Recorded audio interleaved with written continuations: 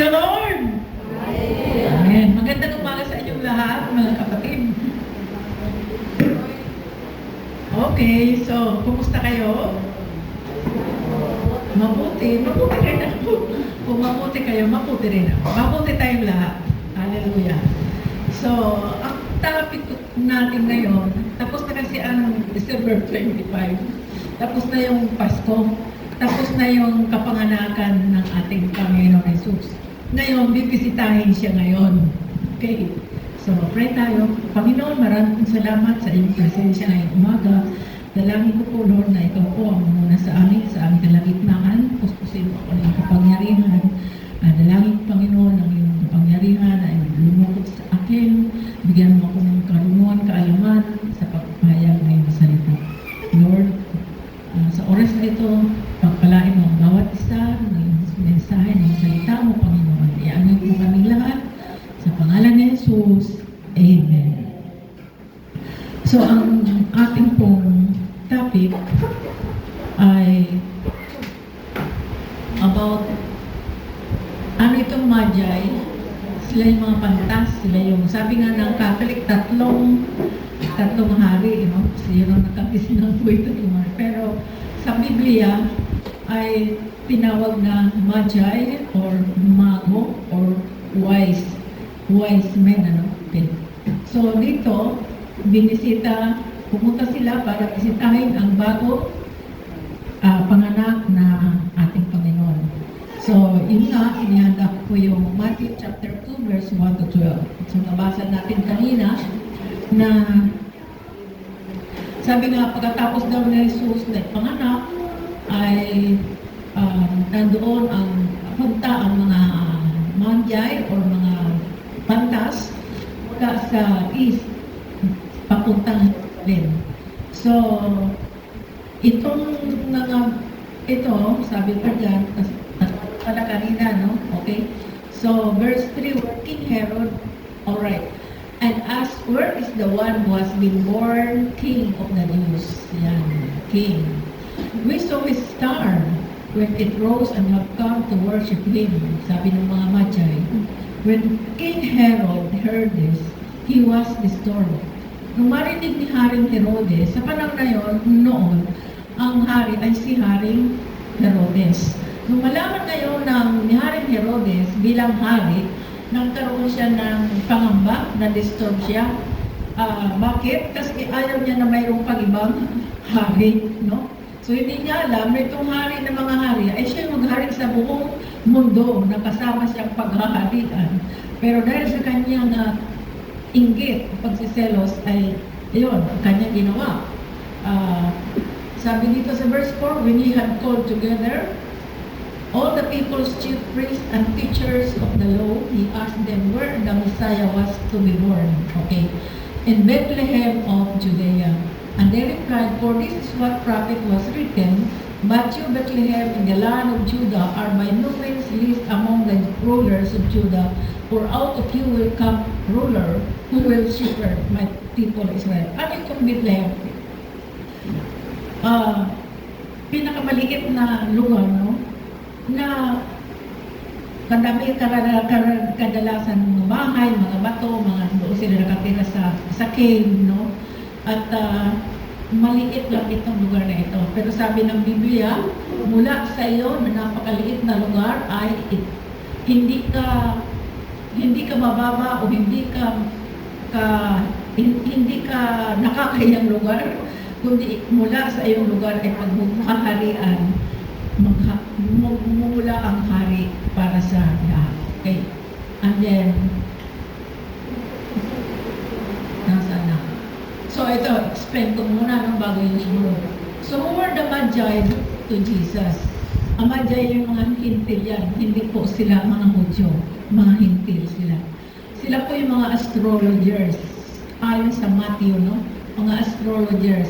Sila po yung mga pantas na may kaalaman sa mga pagbabasa ng bituin at mga celestial object. Nanalig sa mga bituin, sila ay naniniwala na ang mga bituin ay may kahalagahan sa mga kaganapan sa buhay ng mga tao. Kaya dahil sila nananalig, sila may kaalaman sa naniniwala sa kahalagahan at sa kaganapan sa buhay ng mga tao dahil nalaman nila na si Jesus na. Okay? So, naghanap kay Jesus, nagpunta sa Bethlehem upang hanapin ang bagong silang na si Jesus na kanilang kinilala bilang Misaya. Ayan po yan. Imagine, sa panahon ba noon may kotse ba? Sa panahon ba noon may aeroplano ba? So, wala, di ba? At ang sinasakyan nila ay hindi kabayo, kundi camel. Yung camel na yan, ang karakteristik niya ay kaya lumakad ng 40 kilometers. At di ba mayroon parang bilog sa likod yung camel? Very strong siya ayon sa characteristics ng camel. Kaya yun ang ginamit ng Panginoon para sila gamitin ng tatlong magi. So ito yung tatlong hari. So imagine mga bundok na yun, ano, from east come to Jerusalem. So ilang, ano, sabi ng iba, dahil sa paglalakbay nila, okay, so yan. Balik ako. Okay? And then, the star.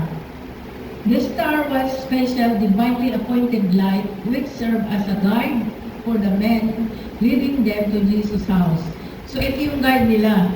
Kasi nga, itong mga astrologers, mga pantas, ay marunong magbasa ng mga bituin. So, kung tingnan natin yung bituin, sino pa nakakakita ng mga bituin dito sa... Nakikita ba natin yung bituin sa langit? Parang wala na, no? Nung nasa probinsya ako, dami ko nakikita mga bituin, ano? Okay, pero dito parang wala ako nakikita mo. Puro ulap, no? Ang mga iba-ibang kulay, okay? Kasi puro na nga, ano eh. Kung ano na yun nandyan sa papawid. So, ayan po yung sinasabi niya. This star was special, divinely appointed light which served as a guide. Guide nila itong sa Tagalog ay tala, no? Tala. Guide nila yan. Papuntang kay Jesus' house. So the Star of Bethlehem, tawag dyan ay Star of Bethlehem, na nagsisimbolo ng pag-asa, gabay, the birth of Jesus as the light of the world, no? And the fulfillment of prophecy leading the Magi to the Messiah's birthplace. Sabi sa verse 2, and us, where is the one who has been born King of the Jews?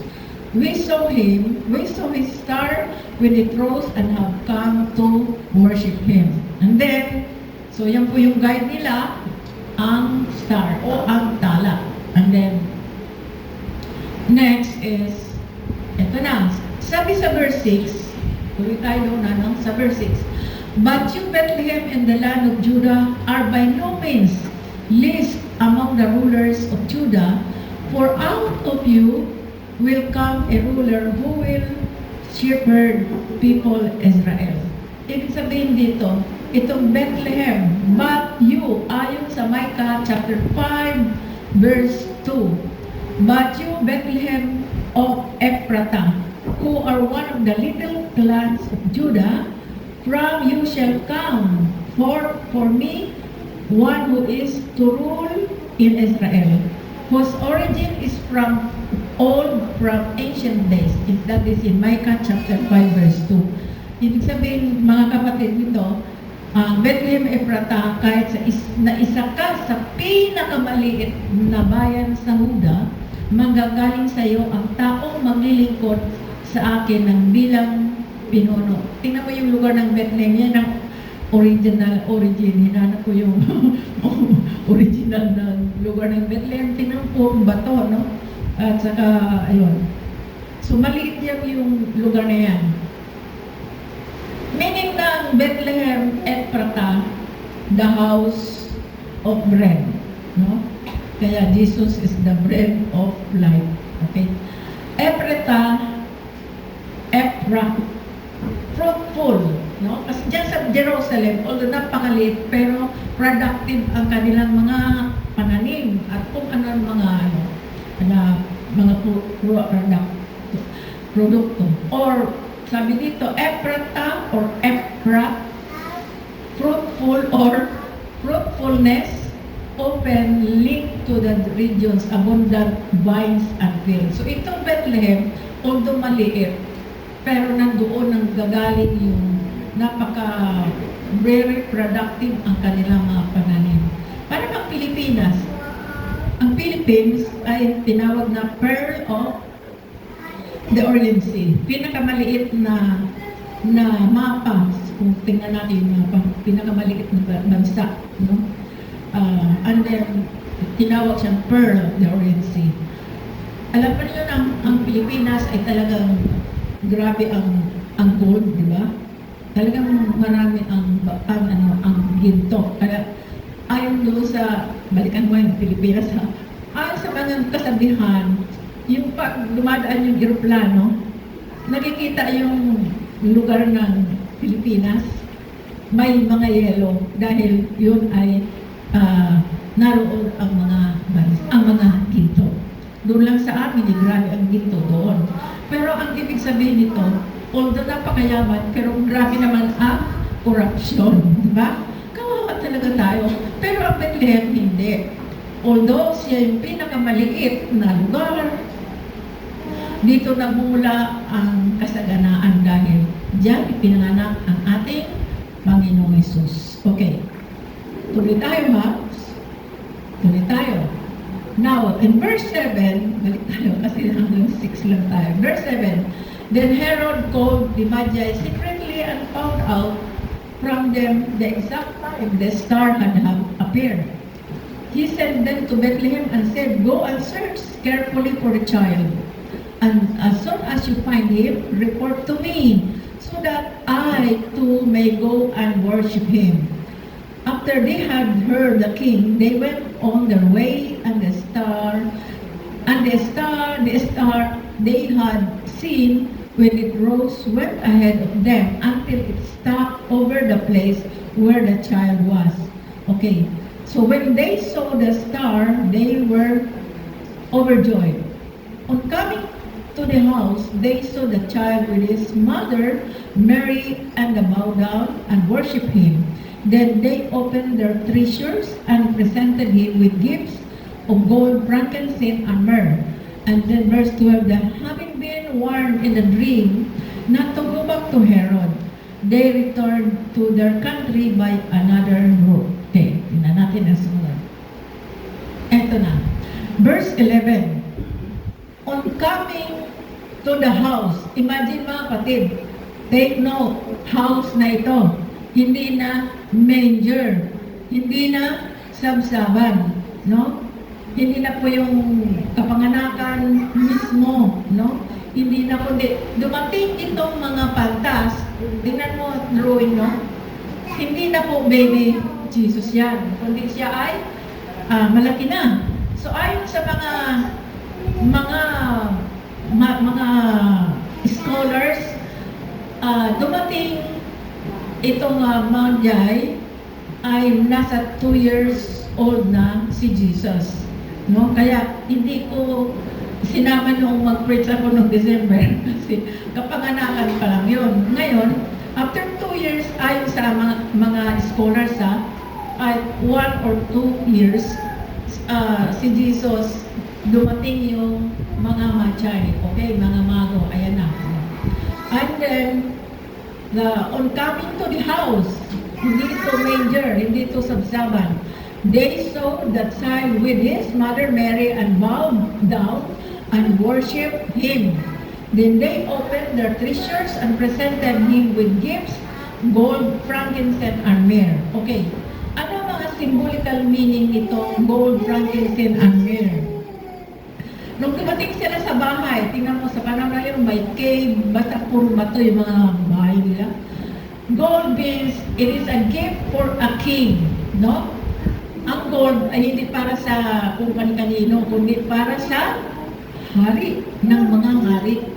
And this symbolizing Jesus' status as the King of Kings. So ang status ni Jesus ay hindi lang King of Kings, hindi lang Lord of Lords, siya talaga ang Diyos. Ano? And so, kailangan, mahalaga na ang gift na dapat ipagkaloob sa kanya na gold ay nagsisimbolize na regalo para sa isang hari. Hindi po ito hindi po ito yung may halong gold na katulad ngayon, mga gold ngayon, kung ano na mga halo-halo. Ito, 24 carats. Ang 24 carats kasi na gold, malambot yan. Walang halo yan. No? So, ito, grabe talaga, talagang totoong gold yan. Okay? So, ito yung nag-symbolize ng bilang hari si Jesus, bilang Diyos ng mga Diyos, hari ng mga hari, no? King of Kings, Lord of Lords. Okay. Ano naman ang ibig sabihin ng frankincense? Ang frankincense sa Tagalog ay incenso. Incenso, no? An incense used in worship representing Jesus' divine nature, holiness, and role as the great high priest. So, ito, yung kanyang, the deity of our Lord Jesus Christ. Kanyang pagka-Diyos, yung symbolizing the frankincense or incenso. No? Nag-symbolize ng deity of Jesus Christ. Who is Jesus? The God, the God. Okay. So, incense used in worship. Yung naalala ko yung ginagawa ng Father, ano ba, incenso ba yun? Yung pinausukan? Yung ba yun? Okay. So, ginagawa na lang literal yung mga Catholic. Pero, it's not that, no? Kasi ang symbolism na itong incenso ay para i-represent ang kanyang divine nature. Amen. Hindi yung para i-spread sa mga tao para maamoy. Pero actually, the incense represents the divine nature of our Lord Jesus Christ. Okay. And then there's a tatlo, myrrh, no? An aromatic resin used for anointing the dead and in perfumes, symbolizing Jesus' humanity, suffering, and eventual sacrifice for the world. Okay? So dito, ibig sabihin dito, myrrh. Di ba si Jesus ay ipinanganak, pagkatapos siya ay namatay sa krus. Amen. So, ando yung kanyang suffering. Symbolizing Jesus' humanity to suffer an eventual sacrifice for the world through His death on the cross. So, itong meron yung symbolism, simbolo ng gano'n sa kamatayan ni Jesus Christ. No? Okay. So, ano yung, tandaan natin ano yung regalo ng tatlong wise men, gold, frankincense, and myrrh. Oh, tama. Myrrh ba yun sa Tagalog? Okay, next. So, tandaan natin, ang tatlong hari yun sa Catholic, itong Magi or Mago, nung dumating sila kay Jesus ay hindi na infant si Jesus, kundi siya ay malaki na, no?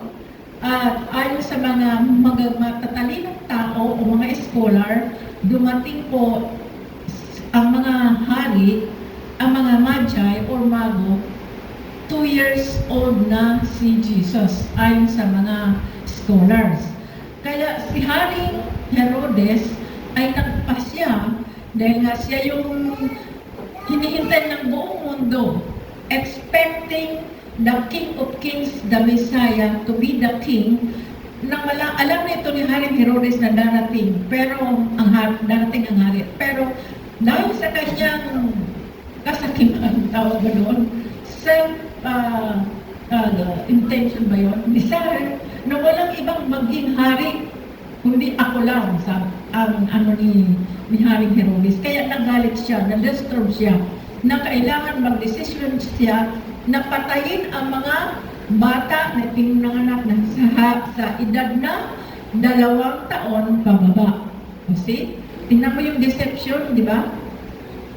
So, ano mayroon kay Haring Herodes? Jealousy, di ba? Kasi gusto siya lang ang maging hari. And then, next po, tingnan natin. Ito po yung ito yung ito yung may siguro yung nilalagay nga ng, at tapos ginaganon, nilalagyan siguro ng, ano kaya, alcohol, tubig, no? Ito yung gold. Talagang pure gold yan, ha? Ito yung frankincense or incenso. Ito yung mera na pinapahin, nilalagay sa mga namamatay na. Okay. So yun po ang mga simbolo ng tatlong mga regalo ng mga mago. Next. Ano ang connection? Matatapos na ako eh. Ano ang connection nitong pinag-uusapan natin sa panahon ng mga Kristiyano, sa panahon ng mga believers in Matthew chapter 1 verse 2? Anong connection natin sa panahon na ito, sa ginawa ng mga mago sa pagbisita? Number one, ito ay serve as a foundational. Ibig sabihin, ang connection nito, dahil ang mga mago ay punong-puno din sila ng pananampalataya na hanapin si Jesus, kailangan magkaroon, ang kailangan connection natin, tayo mga Kristiyano, magkaroon talaga tayo ng pananampalataya. Call to active in faith. Ibig sabihin, katulad ng sinasabi ni Pastor kanina, sino ba ang nakapag-attend ng buong year ng at ngayon na pag ilang linggo ka na ba, ako na-miss ko talaga yung first Sunday, no? Parang gano'n, no? Kung gaano ba tayo ka-aktibo sa ating pananampalataya sa hirap at ginhawa, sa mga dinadaanan natin kung pupunta tayo sa church, pero naroon ka, no? Kung ano-ano pa yung mga pagiging aktibo natin sa ating pananampalataya. Yun ang ibig sabihin nito. Yun ang connection natin sa panahon ng mga mago sa pagbisita sa ating Panginoon Jesus. And then, ano pa? Number 2 is persistent seeking. Sabi din, believers today are often encouraged to be like the wise men. Sino wise men? Di mga madya. Seekers who actively pursue God's truth rather than being passive or speculators. This involves looking for sign of God's presence in both the wonders of creation and the light of this world. Ibig sabihin, ang connection natin sa pangyayaring ito, kailangan hanapin natin ang ating, we have to seek first the kingdom of God and His righteousness, and all these things shall be added unto you. Ibig sabihin, gaano ba kalayo ang pinanggalingan ng mga Magi, no?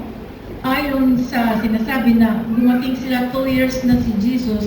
Imagine, hindi sila sumakay ng kabayo, hindi sila sumakay ng, hindi pa siguro uso noon yung mga sasakyan na mga panahon, no? Kundi kabayo, camel. So, imagine yung kanilang journey from east, sabi nga iba sa Arabia, kasi yung tatlong mago, kaiba-iba yan ng mga race, no? May taga-India, kaya sila tinawag na astrologers, sila yung nagbabasa ng mga bituin. So, gaano kalayo, katagal, no? Ang biyahe. So, meaning, talagang doon sa puso nila, nandoon yung pagsisik sa bagong panganak na ating Panginoon. Amen?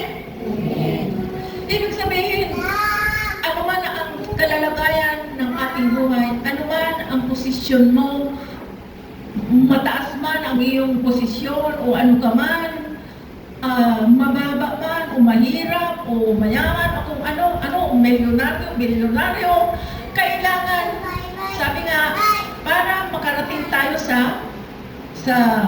magkasama tayo sa langit, no? Pagdating, kailangan hanapin na natin si Jesus. So like us, nandito tayo para pakinggan ang salita ng Diyos. Sa ating mga buhay, wala tayong ginawa kundi tawagan si Lord, manalangin, magbasa ng Biblia, dahil doon natin mahahanap kung sino si Jesus sa buhay mo. Tama ba? Amen. Kasi kung hindi ka magbasa ng Biblia, if you are not seeking the truth, the Word of God, ano ang mangyayari sa'yo? Pag dumating ang time na ikaw ay mamatay, saan ka pupunta? Hindi mo nga alam kung saan ang daan papuntang langit. Ay, siyempre, ang daan papuntang impyerno ang pupunta natin. Kung hindi natin kilala, hindi natin alam ang daan papuntang langit. Amen? Ano ba? Sino ba ang daan papuntang langit? Kung pumunta ka ng Quiapo, anong dadaan? Anong sasakyan mo? Marami? Bus, jeep, o kung ano, di ba? Pag pumunta ka ng ibang bansa, anong sasakyan mo? Aeroplano or yung barko, no? Yung matagal mo karating, no? Pero hindi doon makakadaan ang tricycle. So, may mga ano talaga, klaseng mga sasakyan. Ay, papuntang langit. Sino ang daan? Si Jesus. Si Jesus lang po ang daan papuntang langit. Ay, ang papuntang impyerno, sino ang daan? Ay, di si Satanas, di ba? Sino ang gustong pumunto? Sino ang gustong sumama kay Satanas? Taas ang kamay. Siyempre, wala. Amen? Dahil pag sumama ka kay Satanas, ang hantungan mo ay impyerno. Pero pag sinasaliksik mo ang Biblia at nandoon si Jesus nang natagpuan natin na si Jesus pala ang daan patungong langit, ay, ayun, papunta ka ng langit. Kilalanin mo si Jesus. Seeking the truth and the truth shall set us free. So yung pang ginawa ng mga magi or mga mago, hinanap nila si Jesus. Hinanap talaga nila si Jesus hanggang sa, imagine 2 years makarating sila, no? Pero hindi na sa sabsaban, kundi na sa bahay na. Medyo malaki na si Jesus. Okay? And then, another is, our authority. Ay to worship Him, di ba? Ang tatlong magi, anong ginawa nila nung dumating sila sa bahay ni Jesus? Sinamba nila si Jesus, nag-bow sila. Ibig sabihin yung full respect na talagang kinilala nila. So tayo na mga mananampalataya, ang connection nito sa atin ay to worship Him in spirit and in truth. Sa panahon ng Magi, kita-kita ng dalawang mata nila na ang bagong na si Jesus, talagang nakita na, literally, nakita nila si Jesus. And they worship Him. Amen. And now, kailangan pa pumunta tayo sa may mga rebulto? O kailangan ba gumawa ka ng rebulto at lumuhod ka doon para mag-worship ka? Hindi po yun eh. Ang sabi ng Biblia, worship Him in spirit and in truth. Sambahin natin siya sa espiritu at katotohanan. Like us, what we are doing, meron ba tayong rebulto dito para i-worship niya? Hindi. Nag-worship tayo dahil sa ating mind, ating puso, andyan ang presensya ng ating Panginoon. Amen? Amen. Kaya yung hindi marunong magbaganyan-ganyan, natututo kasi gusto mong worship kay Lord. Tama ba? Dati hindi ka marunong magtaas ng kamay, pero ngayon ginaganon-ganon mo na yung kamay mo. Yun lang ay mga ano lang na katawan natin kasi sa puso natin, hindi natin mapigilan yung parang tataas na yung kamay mo, no? Pero nung una talaga hindi ako tumataas ng kamay. Hindi ko pa alam. Nung napipil ko na parang tumaas, itaas mo kamay mo. Nagagawa ko yun. Pero hindi ko sinasadya, basta na lang tumatas. So we have to worship ang connection natin sa mga pangtas na nag-worship kay Jesus. Literally, nakita nila si Jesus na baby, Jesus. Tayo naman, ang connection natin to worship Him in spirit and in truth. Hindi na kailangan gumawa tayo dito na kung ano-ano para doon tayo gumanon. Hindi po. Nandyan si Jesus. Nasa puso natin. Kailangan natin siyang i-worship lamang. Di ba? Tama yung krus. Ang simbolo ay si Jesus. Amen. Hallelujah. So, total surrender. So, the Magi act of kneeling and offering. No, ito nila ibinigay ang kanilang mga dalang mga regalo. So, Christian to offer their own ano yun? Ano naman ngayon ang ating treasure? Kung mayroong treasure, yung tatlong magi, anong treasure na mayroon tayo? To worship Him. Our time, our talents, and resources as the humble response to God's glory. Ano yung mga resources? Sa probinsya, ganito mga kapatid. Kaya may mga pastor, narinig ko, nagkwento sa akin, ang hirap sa probinsya, pag pumunta ka doon, ikaw mag-preach, ang dami kong ang dala-dala, mga kamote, na kung ano-ano mga produkto nila. Kasi yun ang kanilang offering. Kasi wala pera, wala pera, mahirap ang pera sa probinsya. Kaya kung ano yung mga produkto nila, yun ang dinadala nila sa simbahan para ibigay sa pastor. Now, which is, tama naman yun, di ba? So, yun ang way of worship nila. So, dito sa atin, tayo naman ginagawa din naman natin yan kung ano yung mayroon sa atin, binibigyan natin sa ating mga pastors, no? So,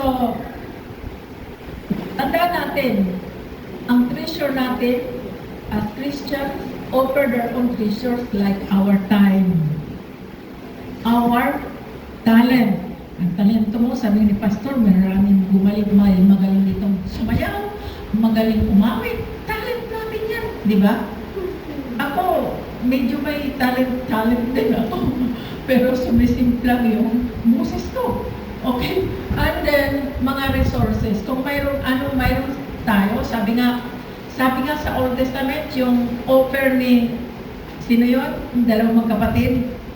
Si Cain at saka si Abel. Sino yung kinalugdan ng Panginoon sa kanilang binigay na offer?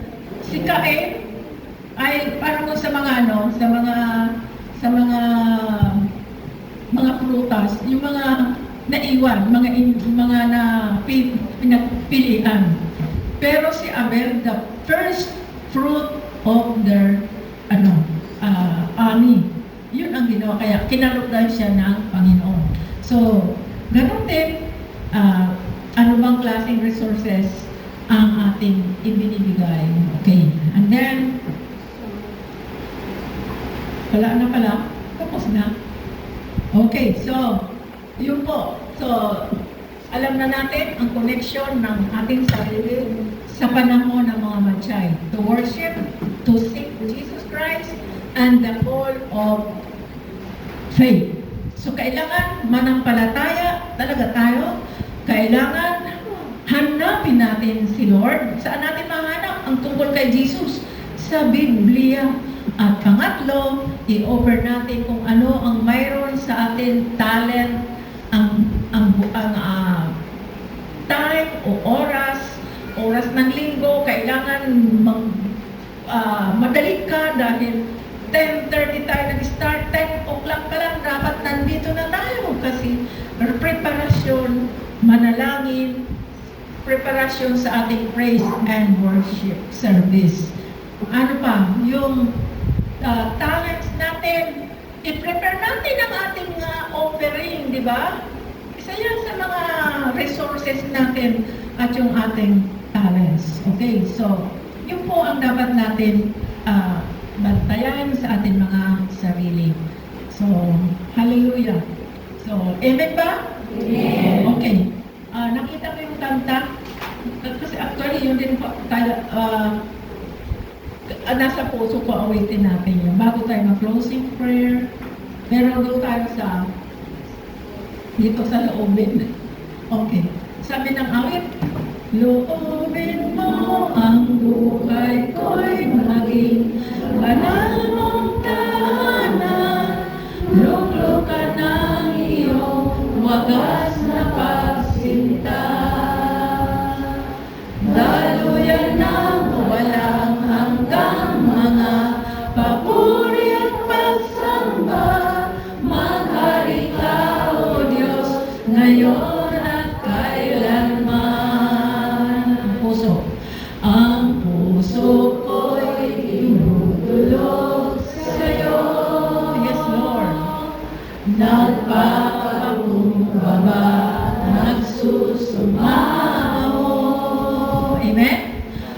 Paging dapatin mo na ikaw ay mamasdan, makaliing ka at sa'yo ay pumisan. Ulit. Ang puso ko'y dinudulog sa'yo, nagpapakumbaba, nagsusumaho. Paging dapatin mo na ikaw ay mamasdan, makaliig ka at sa'yo ay pumisan.